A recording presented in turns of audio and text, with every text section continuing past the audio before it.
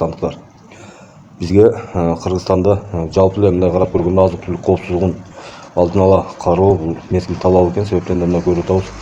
Чет өлкөдө дүйнө жүзүндө мындай жумшак тил менен айтканда бир аз мындай олку-солку болуп турат.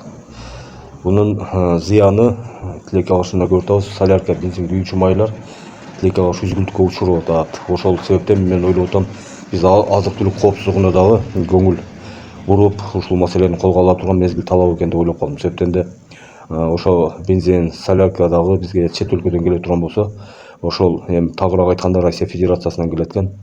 Эми Россия Федерациясынан көрүп атабыз, баягы чыңалуу Украина тарап тилекке каршы баягындай логистикасына сокку уруулат. Эми ошо соккулар деги эле согуш токтош керек, жакшы болот эле токтосо. Эми биз аларга эч кандай таасир эте албайт экенбиз. Биз болгону өзүбүздүн келечегибизди, азык-түлүк коопсуздугубузду жөнгө салуу максатында иш-чараларды жүргүзүшүбүз керек экен. Андыктан мен кандай бир сунуш айтар элем. Буну эми жакшылыкка жооруп, ушул мамлекет тарабынан Аскар Акаевдин учурунда колхоз совхоздор жоюлуп, жеке тарапка, элдерге жерди үлүш кылып бөлүп берген. Өзүнө өзү бассын деп.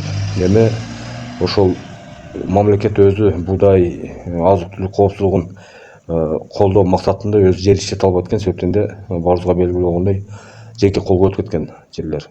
Ошол мүмкүнчүлүктөн пайдаланып, баягы беде же болбосо баягы жүгөрү айдап сепкендин ордуна мен ойлоп атам, ушу буудай, күн карама, ушу эң керектүү, биринчи кезекте керектөлүүчү азык-түлүктөрдү колго алып сепкен жакшы экен.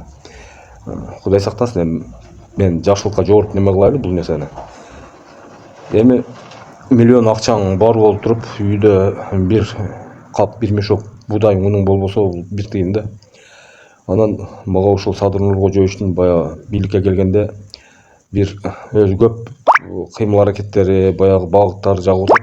Ошолордун бир катары мен жанагы адырларга, тоо этектерине, тоолорго чөптүн уругун, үрөөнү себип атат го. Ошол нерсе мен эң туура деп ойлодум. Себептен де биз сугат жерлерди бара-бара секин азык-түлүктү коопсуздугун колдоо максатында бошотуп, буудай, күн карама, нокот, ушул сыяктуу Кыргызстанда өстүрө турган, өндүрө турган маданий өсүмдүктөрдү колго алышыбыз керек экен. Анан бунда бизге да кошумча пайдалуу нерсеси бул жумуш орундары түзүлмөкчү. Азыр мындай карап көргөндө, мына мен Манас шаарынан боло турган болсом, бир 4-5 жолу угуп калдым.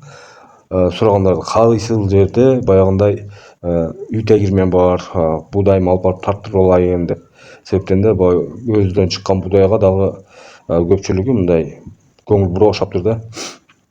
Ошол себеп балким ошо буудайды дагы ошо массалык түрдө эгип өстүрө турган болсок, ошол сыяктуу тегирмен сыяктуу дагы жумуш ордулары пайда болушу мүмкүн экен. Бул албетте баягы элдин келечегине коопсуздуу кадам. Ошол себептен ар бир инсан жок дегенде өзүнүн үй бүлөсүн ток кармаш үчүн мен ушундай сунушум бар эле. Буудай эккиле. Эми буну жакшылыкка жооруп, азык-түлүк коопсуздугу немеден чыкпасын, кокусунан неме боло турган болсо, көңүл ток да, өзүңдө азык-түлүк бар болсо. Бала 90-жылдарды билебиз да баарыбыз. Мына Улумун, Мен Курактуулар жакшы билебиз, ачарчылык кандай экен. Элде акча бар, буудай жок болуп турду да. Болсо да өтө кымбат болуп, кийин эл өзүнө өзү багып, Аллага шүгүр. Жер элдин эмгегин жебейт да, кайтарып берет. Эмнени эксең, ошону аласың. Ошол сыяктуу жакшылыкка жооруп туруп эгип коет эле. Эч болбосо жок дегенде баягы малга тойду катары кылып бересиңер, жок дегенде. Ошол туугандар, көңүл бурганыңарга рахмат. Паникага алдырбагыла, бул жөн эле экономический сунуш.